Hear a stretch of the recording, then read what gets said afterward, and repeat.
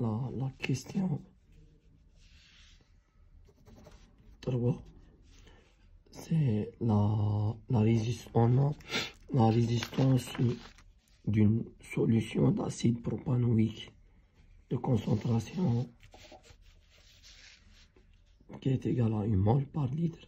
Donc, concentration de l'acide propanoïque est égale à 1 mol par litre. Sa résistance, ou bien la résistance de l'acide propanoïque est égale à 23,38 ohms.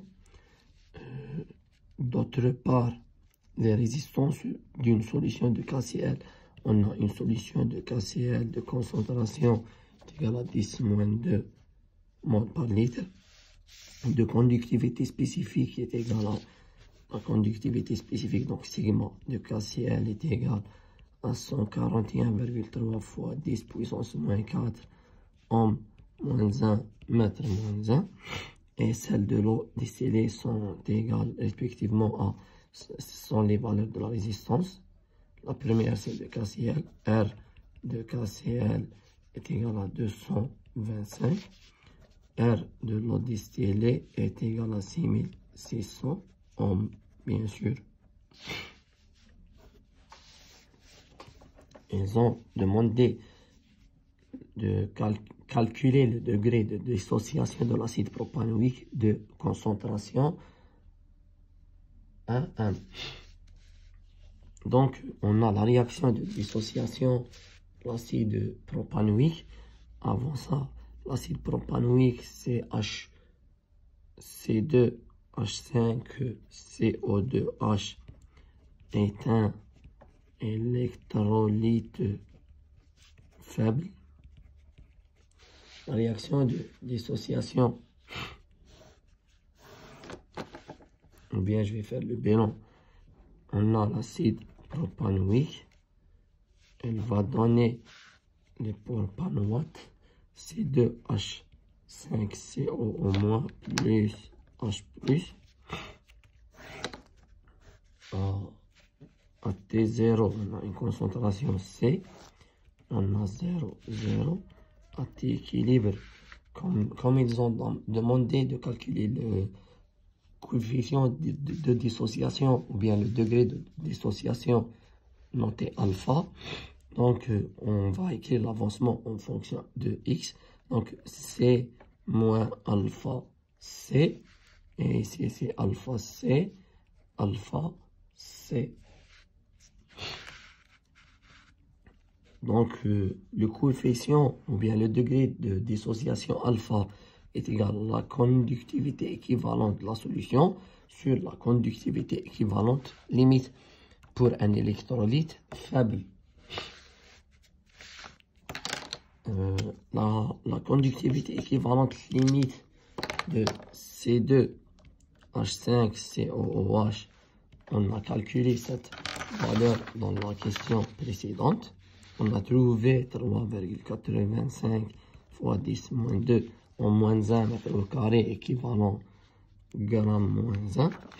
Et pour la conductivité équivalente de C2H5COOH, c'est une valeur inconnue. Donc, il faut déterminer la conductivité équivalente pour calculer le degré de dissociation.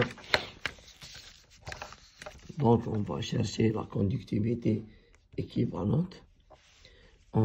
C'est que, toujours mon premier réflexe, quelle est la relation que je vais utiliser? La fameuse, ou bien la relation la plus utilisée, c'est la relation qui est liée à la grandeur conductivité spécifique sigma. Donc on a sigma est égal à la conductivité équivalente fois la concentration équivalente.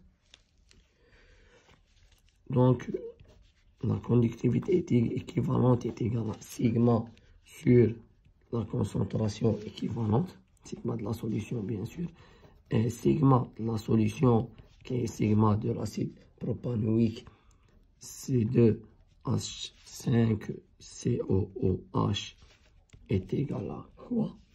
Est égal à la somme des lambda et CE. Si on considère qu'on a les lambda ou bien les valeurs de lambda de ces deux H5 si au moins et de H plus, est-ce qu'on a les valeurs des concentrations ou pas? On a la concentration de H plus est égale à la concentration de C2H5COO- est égale à alpha fois C. Déjà, les concentrations sont en fonction de alpha que je cherche. Et j'ai pas.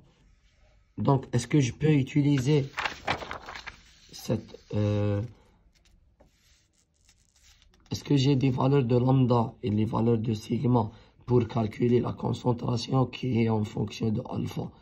Non, donc déjà, moi je cherche alpha et j'ai pas, on n'a pas les valeurs de lambda et de CH3CO- et de H+, donc on ne peut pas utiliser cette relation.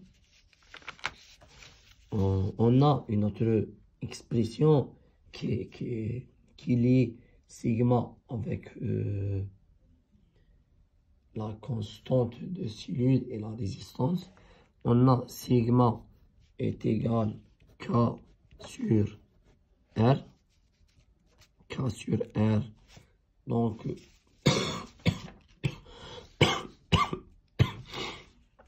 sigma de l'acide propanoïque est égal K sur la résistance de l'acide propanoïque. Le K, la constante de cellule, c'est une valeur inconnue. Mais qu'est-ce qu'on a aussi? On a sigma dans les données de l'exercice. Qu'est-ce qu'on a? On a sigma de KCl et la résistance de KCl. Donc, et comme on travaille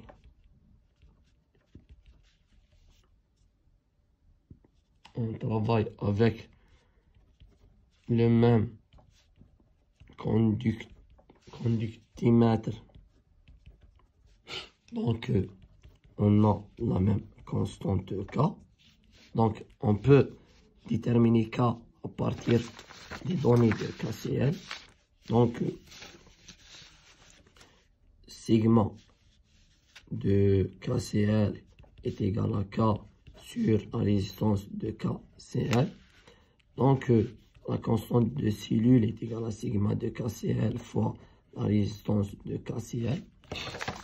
Sigma de KCl, la conductivité spécifique, est égale à 141,3 fois 10 moins 4 fois la résistance de KCl qui est égale à 225.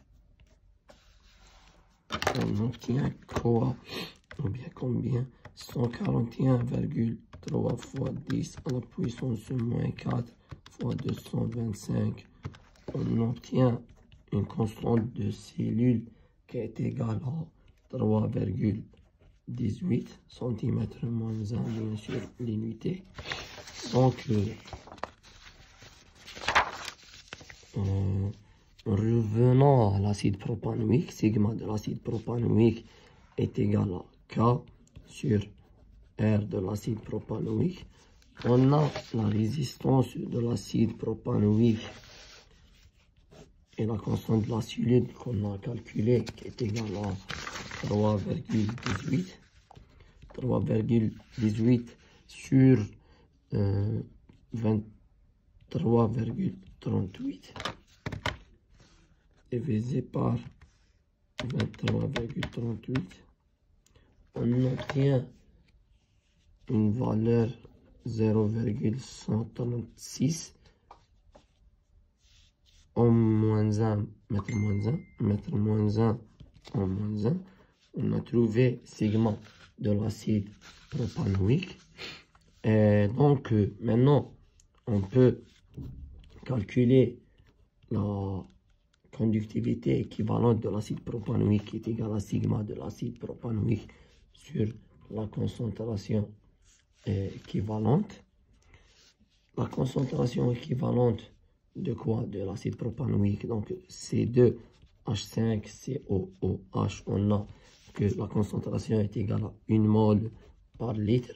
On va la convertir en mol par mètre cube. Donc on va multiplier fois 10 puissance 3. Donc est égal à 10 puissance 3 mol par mètre cube.